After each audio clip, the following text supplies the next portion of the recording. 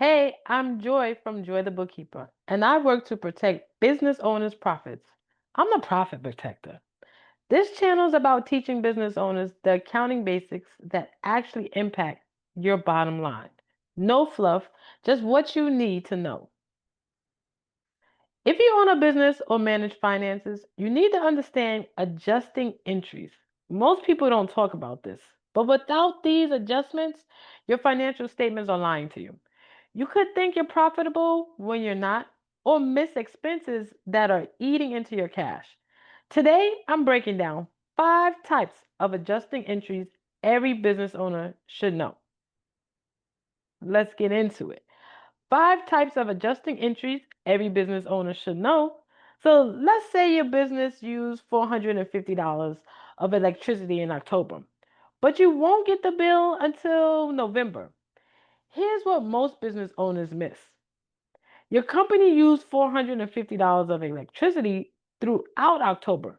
You get your utility bills on November 3rd, but it's for October's usage. You need to record the expenses in October. So the journal entry is going to, of course, start with the date.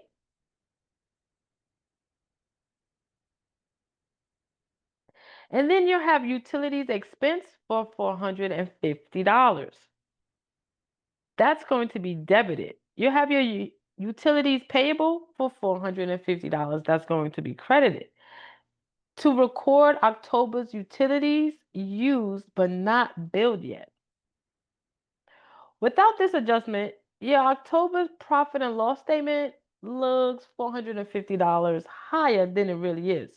When November comes and you get hit with that bill, you're confused about where your money went. This is why businesses that only track cash gets blindsided.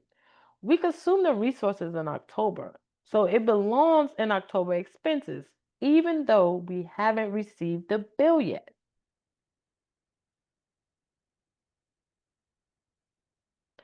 So when you create a journal entry, whether you're using a software or doing it manually in a spreadsheet, you always want to make sure you include the date, the account type, which in this situation is going to be your utilities expense, and your utilities payable.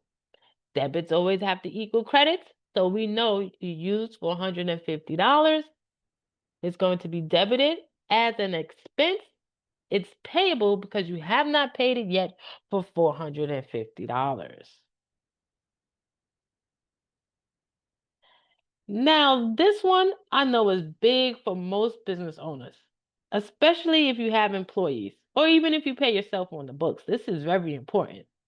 Your payroll period ends on Saturday, November 1st, but you have to account for the last few days of wages earned in October. Most business owners don't record this, and it destroys their month-end financials.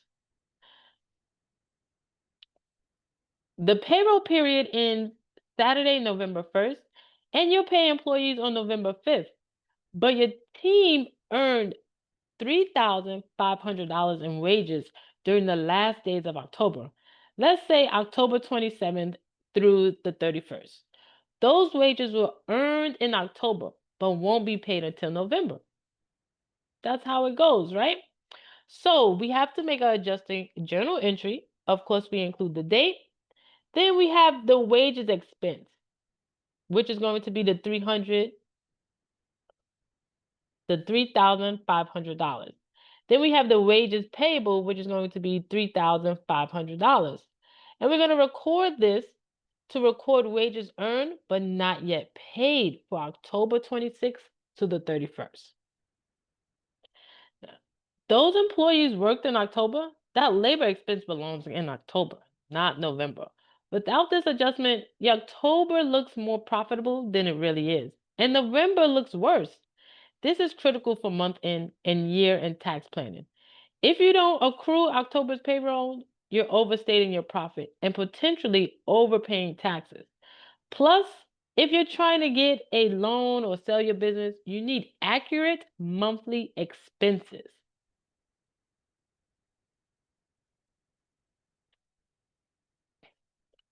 This is where I see most business owners mess up their books constantly. You paid $2,400 for annual insurance back in August. By October, there's 3 months have passed because you had the money. So you said, hey, let me go ahead and get the insurance expense out the way. It has to be paid. So you paid in full for the whole 12 months. So you have to make an adjusting journal entry when you use the insurance.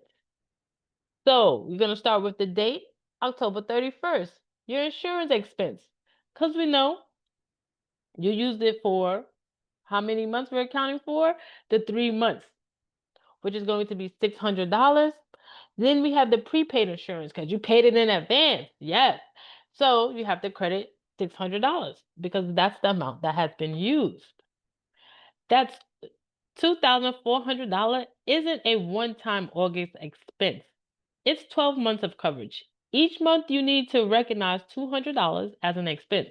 Without this, your August books looks terrible and your September and October look artificially profitable. Your books aren't showing reality. This prepaid amount set as an asset.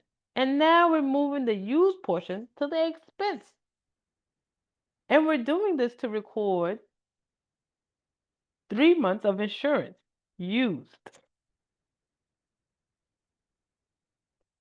Now, let's say you rent out property. You have an Airbnb, you rent out your basement, you rent a room, and you collect a total of $3,600 for 6 months upfront in September.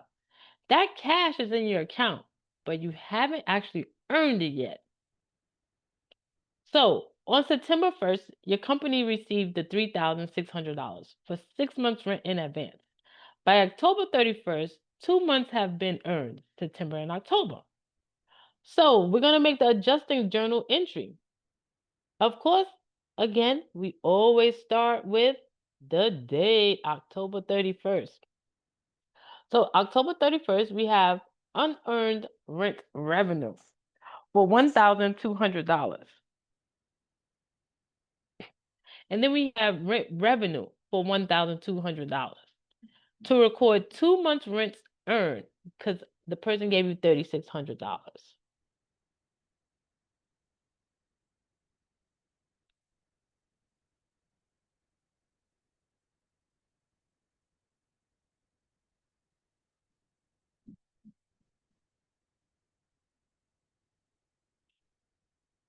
When you got that $3,600, it's not revenue, it's a liability. You owe your tenant 6 months of occupancy. By October, you've earned 2 months worth of $1,200. This adjustment shows what you're actually earned versus what you just collected. The remaining $2,400 stays as unearned revenue, money you still owe in service or in your rental. So you bought equipment for $12,000. Nice. It lasts 5 years. Here's the adjustment most small business owners skip, and it costs them. Your company has equipment that costs $12,000 with a 5-year useful life and no salvage value. We're recording 1 month's depreciation for October.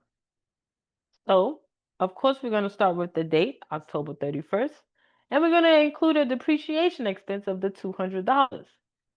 Now, because the equipment has already accumulated depreciation, we're going to add that to the accumulated depreciation as a credit. And that's going to give you your monthly depreciation expense. That equipment doesn't lose all its value the day you buy it. It loses value over time as you use it. Each month, that $200 of expense, skip this and your financial statement shows you're more profitable than you are. Then tax time comes and you're surprised, or worse, you make decisions based on wrong numbers. Notice we credited accumulated depreciation, not the equipment account directly. This lets us track both the original cost and total depreciation separately. Now, these 5 adjusting entries are the difference between financial statements that tell you the truth and ones that mislead you. Most bookkeeping services do this automatically. But as a business owner, you need to understand what they mean and why they matter. Next video, I'll show you another area where business owners leave money on the table. Let me know in the comments, which of these adjusting entries have you been missing?